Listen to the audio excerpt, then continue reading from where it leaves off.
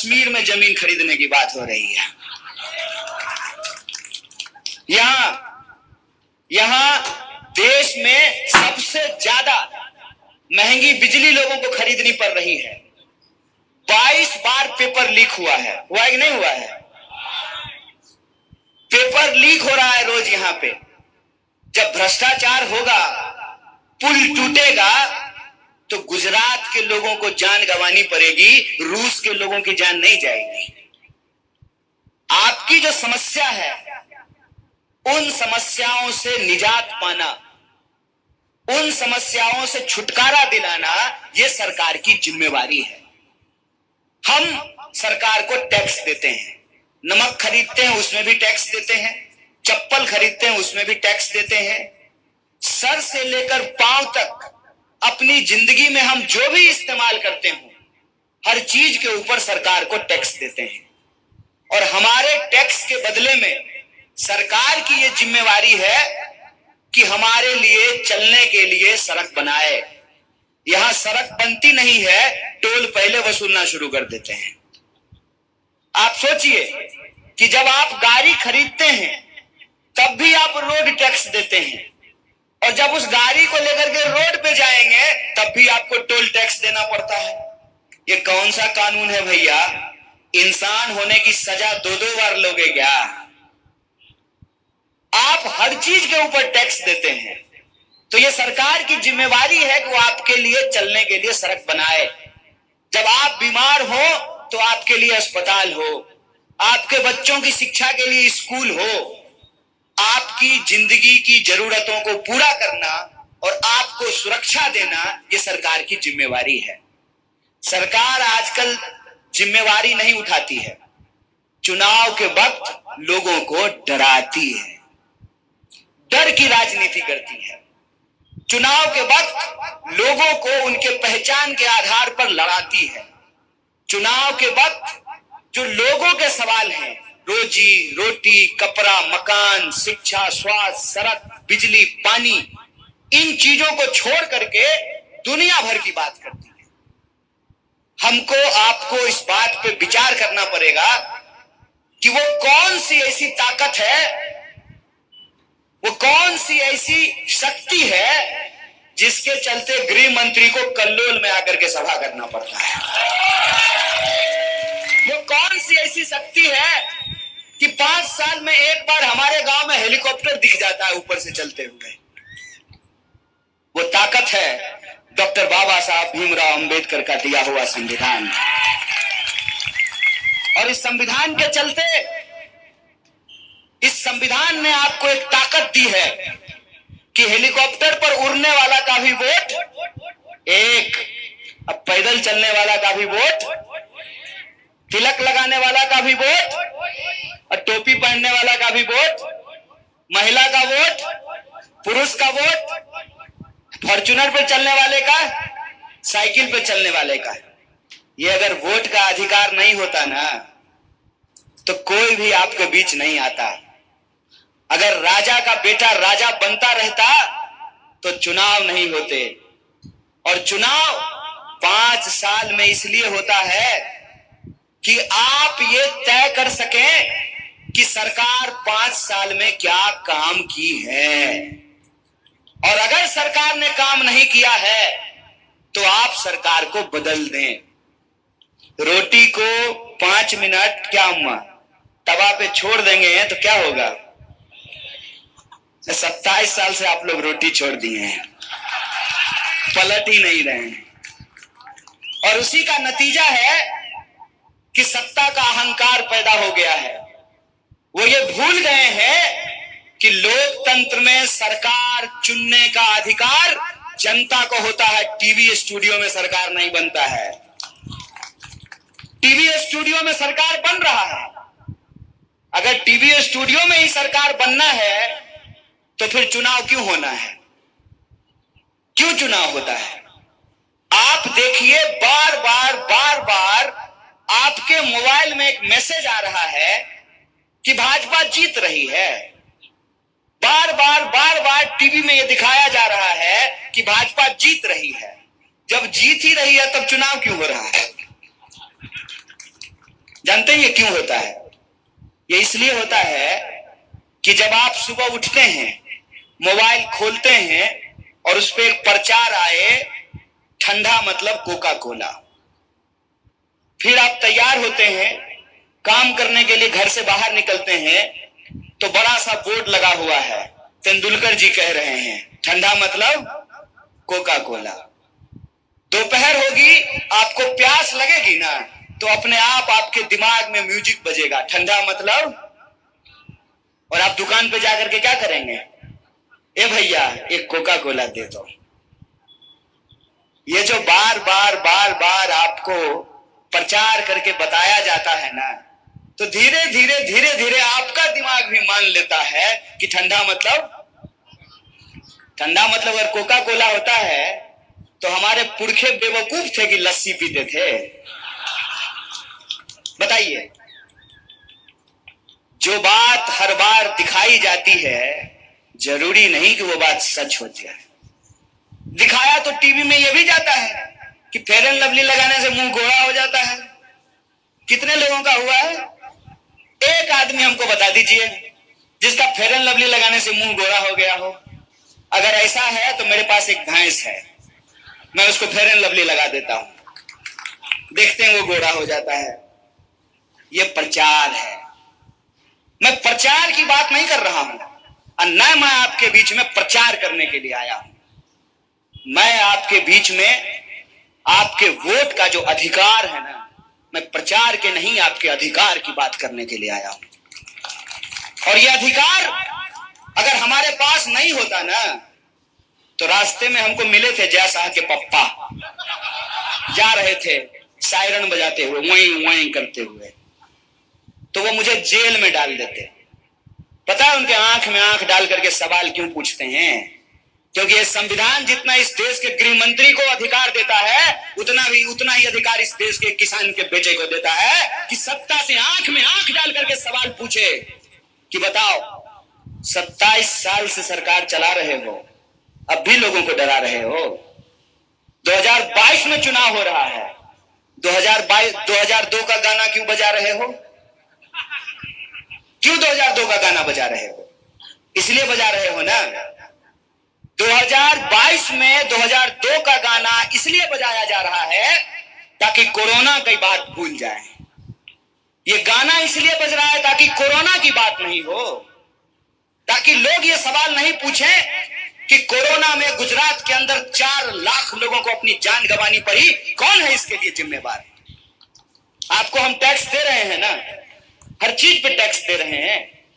आपको हम टैक्स दे रहे हैं तो हमको ऑक्सीजन का सिलेंडर क्यों नहीं मिल रहा है?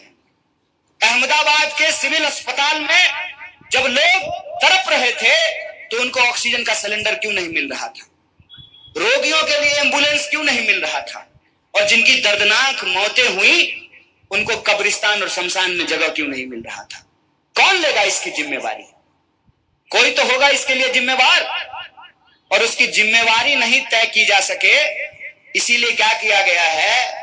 नई बोतल में पुराना शराब परोसा गया है। एक सवाल आप हमको पूछ करके बताइएगा, अपने मन में भी सोचिएगा कि 3 मुख्यमंत्री बदल दिए गए। साहब, मुख्यमंत्री ऐसे बदलते हैं जैसे लोग शर्ट बदलता है। यह प्रश्न पूछा जाना चाहिए ना कि आनंदीबेन पटेल अच्छी मुख्यमंत्री थी कि नहीं? किसी भी भाजपा के कार्यकर्ता को बुला करके पूछिएगा, आएगा ना वोट मांगने के लिए, कहिएगा ए भाई इधर आ जाओ, बैठो, चाय पियो, आओ हम भी चाय पर चर्चा करते हैं। बताओ कि आनंदीबेन पटेल को मुख्यमंत्री पद से क्यों हटा दिया? खराब थी, अच्छा काम नहीं कर रही थी। अगर अच्छा काम नहीं कर रही थी तो राज्यपाल क्यों बना दिए? क्यों बनाया राज्यपाल? और अच्छा काम कर रही थी तो हटा क्यों दिए? रूपानी जी को मुख्यमंत्री क्यों बनाए? अगर अच्छा काम कर रहे थे तो हटाया क्यों? और अगर बुरा काम कर रहे थे तो पार्टी से निकाला क्यों नहीं? सिर्फ एमएलए का टिकट क्यों काटा? पार्टी से बाहर कर देते। एक आए हैं भोपा भाई, भोपा भाई को मैं एक दिन प्रधानमंत्री के कार के पीछे दौड़ते हुए देखा और एसपीजी वाला उनको साइड कर रहा था। अहमदाबाद जब मैं आया तो मैं भाजपा का पोस्टर देख रहा था, पोस्टर में भी उनको साइड कर दिया गया है। आप बताइए गुजरात के मुख्यमंत्री का क्या नाम है? याद है ना कि भूल गए? नरेंद्र मोदी देश के प्रधानमंत्री हैं, गुजरात के मुख्यमंत्री नहीं हैं। गुजरात के मुख्यमंत्री का नाम है भूपेंद्र पटेल। ये अदला बदली क्यों हो रहा है? ये अदला बदली इसलिए हो रहा है ना कि आप तय ही नहीं कर सकें कि गुजरात में जो भ्रष्टाचार पैदा हुआ है, जिसके चलते मोरबी की दर्दनाक हादसा हुई है, 22 बार पेपर लीक हुए हैं, किसानों को आत्महत्या करनी पड़ रही है, 45 साल में सबसे ज्यादा बेरोजगारी है, जीएसटी और नोटबंदी के चलते छोटे व्यापारियों को नुकसान हुआ है, इसकी जिम्मेवारी न तय की जा सके। इसीलिए अदला बदली हो रही है ताकि यह झूठ बोला जा सके। हर मंच में जाकर के जैसा का पप्पा बोल रहा है कि तुमको जो है मंत्री बना देंगे। अरे भाई कितना मंत्री बना दोगे? अव्वल तो सरकार आएगी तब ना मंत्री बनाओगे, बिना सरकार आए मंत्री बना दोगे? गुजरात की सरकार बीसीसीआई थोड़ी है कि अपने बेटा को सेक्रेटरी बना दोगे। जनता वोट देगी तब ना, बहुमत आएगा तब ना, सरकार बनेगी तब ना। हर एमएलए को जाकर के, अभी वो एमएलए हुआ भी नहीं है, मंच में जाके कह रहे हैं कि इसको वोट दीजिए तो हम इसको जो है मंत्री बना देंगे। अरे भाई ये बताओ ना कि घड़ी बनाने वाली कंपनी को पुल बनाने का ठेका क्यों दिया? ये बताओ, ये बताओ कि प्रश्न पत्र लीक कैसे हो रहा है? ये बताओ कि किसानों को उनके फसल का दाम क्यों नहीं मिल रहा है? ये बताओ कि यहां पे कुपोषण क्यों है? ये बताओ कि नौजवानों को रोजगार क्यों नहीं मिल रहा है? अव्वल तो ये बताओ कि 400 का सिलेंडर 1000 रुपए में क्यों बिक रहा है? प्रधानमंत्री का एक भाषण सुन रहे थे। प्रधानमंत्री जी को हम बहुत प्यार करते हैं, आपको मालूम है कि नहीं? I love him. नहीं, सीरियसली बोल रहे हैं। पता है क्यों? क्योंकि ये इस इंसान के चलते संभव हो पाया है, डॉक्टर बाबा साहब भीमराव अंबेडकर के चलते।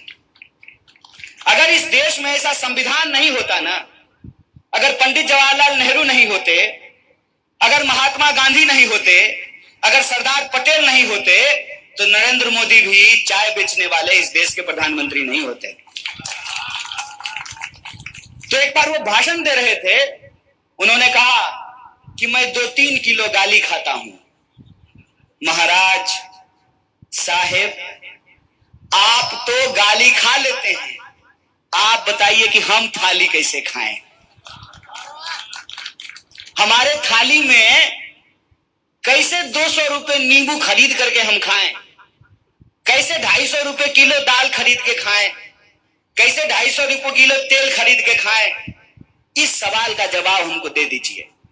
और हम ये समझना चाहते हैं कि आपके इस कथन का क्या मतलब था कि ना खाऊंगा ना खाने दूंगा।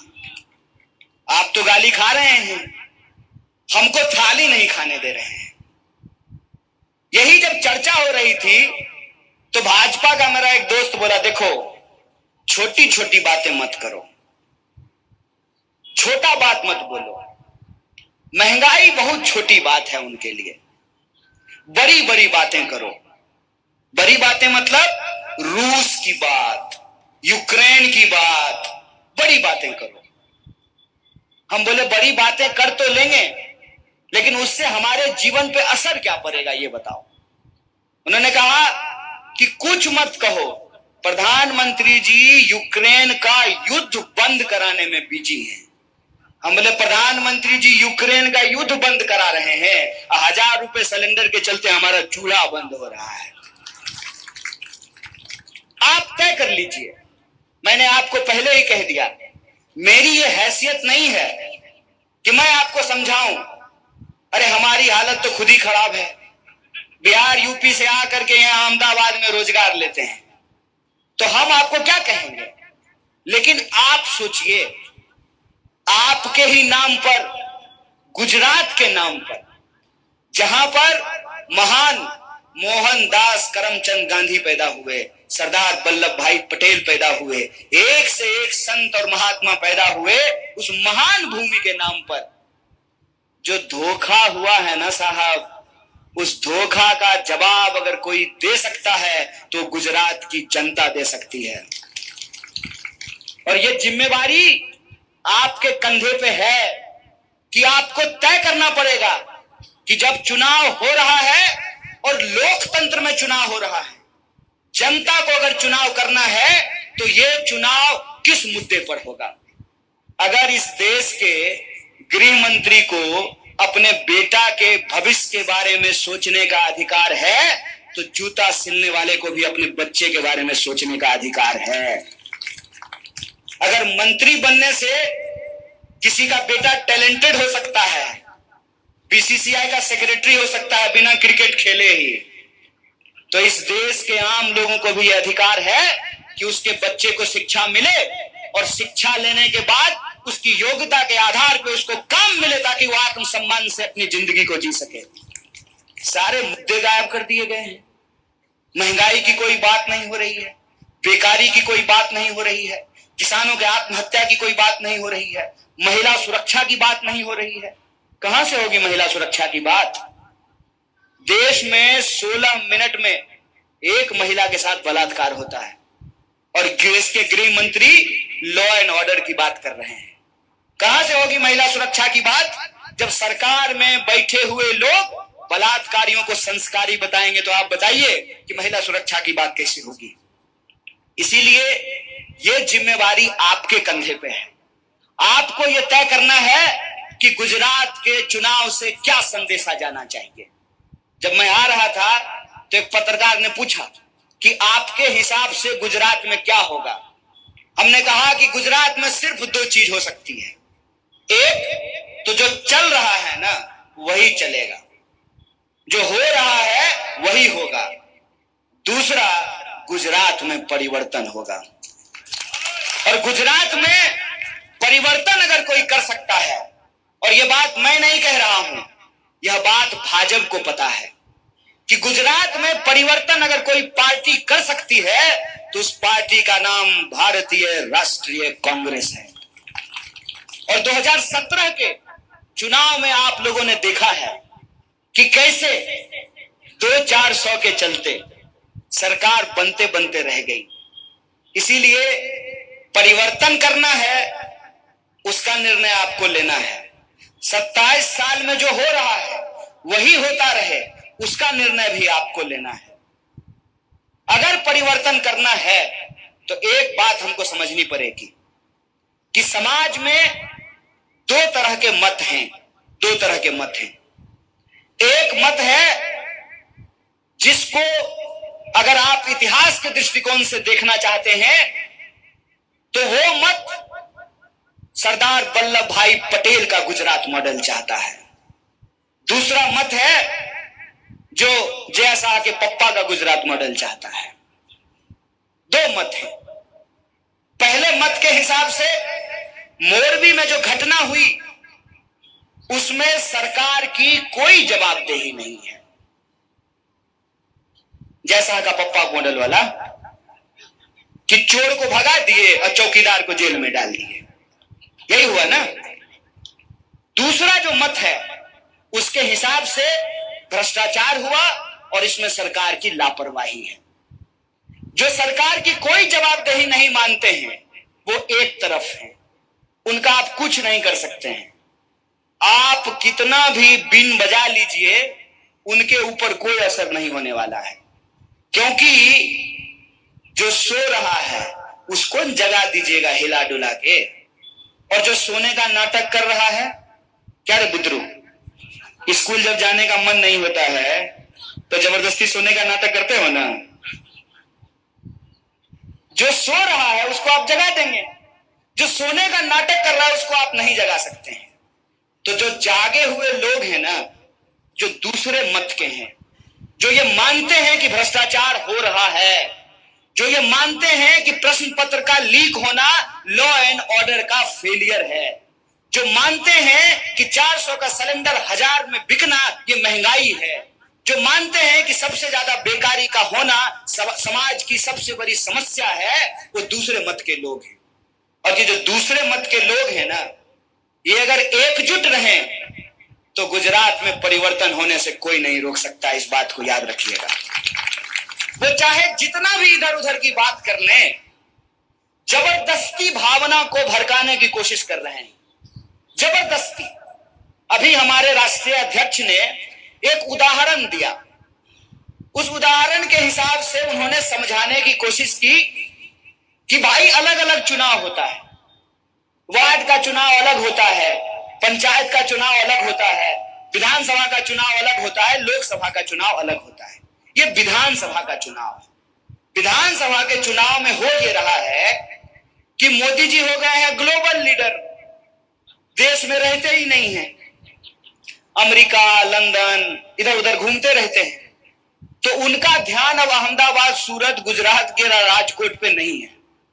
अपना कोट टाइट और लंदन में हाय हाउ आर यू। तो वो ना अब देख ही नहीं रहे कि गुजरात में क्या हो रहा है। तो वो हो गए हैं इंटरनेशनल। एक पार्टी आई है दिल्ली से, उसको होना है नेशनल। लोकल तो यही है ना, बलदेव जी, ये है लोकल। तो अब आपको तय करना है कि आपको क्या करना है। हमारे अध्यक्ष ने जो एक उदाहरण दिया, टूट पड़ी पूरी की पूरी बीजेपी। अरे ऐसा कैसे बोल दिया, अरे ऐसा कैसे बोल दिया, और मर्यादा की बात करने लगे। मैं आपको याद दिलाऊं, याद आ जाएगा। टीवी में बैठ करके मेरे सामने भाजपा के प्रवक्ता ने मोदी जी को देश का बाप बोला। बोलिए देश का अपमान है कि नहीं है? अपमान है ना। मोदी जी को देश का बाप बोलने वाले भाषा की मर्यादा सिखा रहे हैं। कहते हैं ना, जिसके पास खुद ही 75 छेद हो वो दूसरे का छेद गिना रहे हैं। जिनका घर खुद शीशे का हो ना, उनको दूसरे के घर पे पत्थर नहीं मारना चाहिए। बीजेपी से आप भाषा की मर्यादा की बात करते हैं। असली मसला यह है कि हमारे अध्यक्ष का नाम यदि मल्लिकार्जुन खड़गे की जगह मल्लिकार्जुन अंबानी होता ना, तो चरण चाट रहे होते। यही हकीकत है। तो ये बात का बतंगड़ बना रहे हैं। बात का बतंगड़ क्यों बना रहे हैं? क्योंकि इनके पास कोई मुद्दा नहीं बचा है। 27 साल से आप सरकार चला रहे हैं। बच्चा जो पैदा हुआ वो 27 साल का हो गया। 5-6 साल वैलेंटाइन डे मना लिया, आई लव यू टू। शादी हो गई, अब उसके बच्चे हो गए हैं। इतने साल से कांग्रेस की सरकार नहीं है, तब भी हर मंच पे जाकर के, हर रैली में जाकर के कांग्रेस को गालियां निकाल ली हैं। तो मेरे मन में एक ही सवाल आता है कि पैदाइशी बेशरम है कि सुबह सुबह कोई चूरन खाते हैं बेशर्मी का। अरे जिसकी सरकार है 27 साल से, उसकी जिम्मेवारी तय होगी ना। और पूरे धैर्य के साथ 27 साल से भारतीय राष्ट्रीय कांग्रेस लगातार चुनाव हारने के बावजूद आपके बीच में गुजरात में एक मजबूत विपक्ष की भूमिका निभा रही है। अगर मजबूत विपक्ष की भूमिका नहीं निभा रही होती ना, तो ऊना आंदोलन में डट करके सरकार से लड़ने वाला जिग्नेश मेवानी भारतीय राष्ट्रीय कांग्रेस में नहीं होता। कोई भी जो लड़ने वाला है, संघर्ष करने वाला है, जो सत्ता के सामने दलाली नहीं करता है, लोभ नहीं करता है, बिकता नहीं है, वो आज राहुल गांधी के नेतृत्व में भारत को बचाने की लड़ाई लड़ रहा है। इसीलिए यह बात भाजपा को पता है कि अगर उसको कोई हरा सकती है तो भारतीय राष्ट्रीय कांग्रेस हरा सकती है। और आप इतिहास उठा करके देख लीजिए, कोई भी ऐसी पार्टी जो गुजरात में परिवर्तन का दावा कर रही है, उसका हकीकत क्या है? आम आदमी पार्टी। दिल्ली में किसको हरा के सरकार बनाई? कांग्रेस को। पंजाब में किसको हरा के सरकार बनाई? भाजपा को हराई है। और भाजपा चुनाव हारी राजस्थान में किससे, मध्य प्रदेश में चुनाव हारी किससे, छत्तीसगढ़ में चुनाव हारी किससे, और 2017 में चुनाव हारते बच गई किससे। इतना सीधा गणित है महाराज। आप तो गुजरात के हैं, आपका गणित इतना बढ़िया है। जो 2, 4, 5, 7, 8 सीट का अंतर था ना, उसको अगर 10, 20, 50 सीट का अगर आप अंतर कर दिए होते तो मोटा भाई का सूटकेस काम नहीं करता। छत्तीसगढ़ की सरकार नहीं पलटी क्योंकि जोरदार बहुमत था। मध्य प्रदेश की सरकार पलट गई क्योंकि बॉर्डर पे खड़े थे। तो आपसे यही गुजारिश करना चाहते हैं, मत स्पष्ट रखिए। या तो जो चल रहा है ना चलने दीजिए, जियो धन धना धन, बढ़िया सिस्टम है ना। न रहेगा बांस, न बजेगी बांसुरी, न रहेगा सरकारी संस्थान, न लेनी पड़ेगी सरकारी नौकरी। बेटा बन जाएगा बीसीसीआई का सेक्रेटरी और आप ढोल बजाते रहिए। 45 साल में देश से सबसे ज्यादा बेरोजगारी है, इस बात को याद रखिएगा। बड़ी मुश्किल से पेट काट करके जो है माँ बाप अपने बच्चों को पढ़ाते हैं कि बच्चे को नौकरी मिलेगी तो घर बनाएंगे, गाड़ी खरीदेंगे, वॉशिंग मशीन आएगा। आपके घर में वॉशिंग मशीन नहीं है, भाजपा के दफ्तर में लगा हुआ है। जिस कांग्रेस को भ्रष्टाचारी बोलते हैं, जिस कांग्रेस के नेता को भ्रष्टाचारी बोलते हैं, जब तक वो कांग्रेस में रहता है तब तक भ्रष्टाचारी है। बीजेपी का खेस ओढ़ते जो सदाचारी बन जाता है। यही हो रहा है ना। आपको विचार करना है, परिवर्तन करना है तो आपके सामने एक विकल्प है, भारतीय राष्ट्रीय कांग्रेस का विकल्प। और जो चल रहा है फेयर एंड लवली, तो इंतजार कीजिए कब मुंह गोड़ा होगा। डराने का जो धंधा चल रहा है तो इंतजार कीजिए कि आपका डर कब खत्म होगा। अरे गुजरात में सरकार बना दिए, वार्डर बना दिए, एमपी बना दिए, मुख्यमंत्री बना दिए, प्रधानमंत्री बना दिए, अब क्या कीजिएगा, अमेरिका का राष्ट्रपति बना दीजिएगा क्या। तो नेताओं का ही भविष्य सुधरता रहेगा, जनता का क्या होगा लोकतंत्र में। इस बात का निर्णय लेना पड़ेगा। और ये याद रखिएगा, ये वही देश है जिस देश के लोगों ने नंगे पांव, खाली बदन अंग्रेजों के टैंक के सामने खड़े हो गए और 200 साल की गुलामी को उन्होंने समाप्त कर दिया था। इस बात को याद रखिएगा। याद रखिएगा कि ये जमहूरियत, ये लोकतंत्र गिफ्ट में नहीं मिला है, लोगों को अपनी जिंदगी कुर्बान करनी पड़ी है। और जो लोग सत्ता का अहंकार में बैठ करके उनको लगता है कि हम परिवर्तन नहीं होने देंगे, अगर उसको कोई सबक सिखा सकता है, उनको कोई याद दिला सकता है कि जनता लोगों को कुर्सी पे बिठाती है और जब जनता चाहेगी तो कान पकड़ करके कुर्सी से नीचे भी उतार देगी, यह काम आपके हाथ में है। और यह काम अगर आप करने के लिए तैयार हैं तो एक बात याद रखिएगा, दिल दीजिए ना तो पूरा दीजिए। जब परिवर्तन का मन बना लिए हैं ना तो इतना जानदार और शानदार तरीके से परिवर्तन कीजिए कि किसी की तिजोरी आपके मत को खरीद ना पाए। इतना शानदार तरीके से परिवर्तन कीजिए, क्योंकि सड़क पार करते हुए अगर धोखा हो जाए, मन में दुविधा हो जाए तो एक्सीडेंट हो जाता है। जब वोट देने के लिए जाइएगा अपने सवाल पर, तो याद रखिएगा, जैसे एक एक ईंट जोड़ने से घर बनता है, एक एक कदम चलने से मंजिल मिलती है, उसी तरीके से एक एक विधायक को जिताने से बहुमत मिलता है। इस बात को याद रखिएगा। और जब ये परिवर्तन का बहुमत आप देंगे तो मैं आपसे नेता की तरह नहीं, मैं फिर कह रहा हूं, आपके बच्चे की तरह, एक साधारण कार्यकर्ता होने के नाते, भारतीय राष्ट्रीय कांग्रेस का एक सिपाही होने के नाते मैं आपसे ये जरूर प्रॉमिस करता हूं, ये वचन देता हूं कि जो 8 वचन भारतीय राष्ट्रीय कांग्रेस ने लिया है उसको हम पूरा करेंगे। 300 यूनिट बिजली फ्री मिलेगी, जो लोग कॉन्ट्रैक्ट पे काम कर रहे हैं उनको परमानेंट नौकरी मिलेगी, पुराना पेंशन बहाल करेंगे, किसानों को मुआवजा मिलेगा, जिन लोगों को जान गंवानी पड़ी है उनको मुआवजा मिलेगा, और जो खतरनाक बीमारी से जूझ रहे हैं उनका मुफ्त इलाज करेगा। जो रोजी रोटी, कपड़ा, मकान, शिक्षा, स्वास्थ्य, बिजली, पानी का सवाल है, उसको राजनीति के केंद्र में लाएंगे, नफरत को हराएंगे, मोहब्बत को जिताएंगे। इसी आशा और विश्वास के साथ कि आप निर्णय लेंगे और गुजरात में परिवर्तन होगा। देश ही नहीं, पूरी दुनिया देख रही है कि सरदार की धरती और गांधी की धरती से एक मोहब्बत का संदेशा आने वाला है। इसी आशा और उम्मीद के साथ एक बार फिर से आप तमाम लोगों का, जिन लोगों तक हमारी आवाज पहुंच रही है, आपको बहुत बहुत धन्यवाद, शुक्रिया। इनकलाब जिंदाबाद। जय हिंद, जय गुजरात।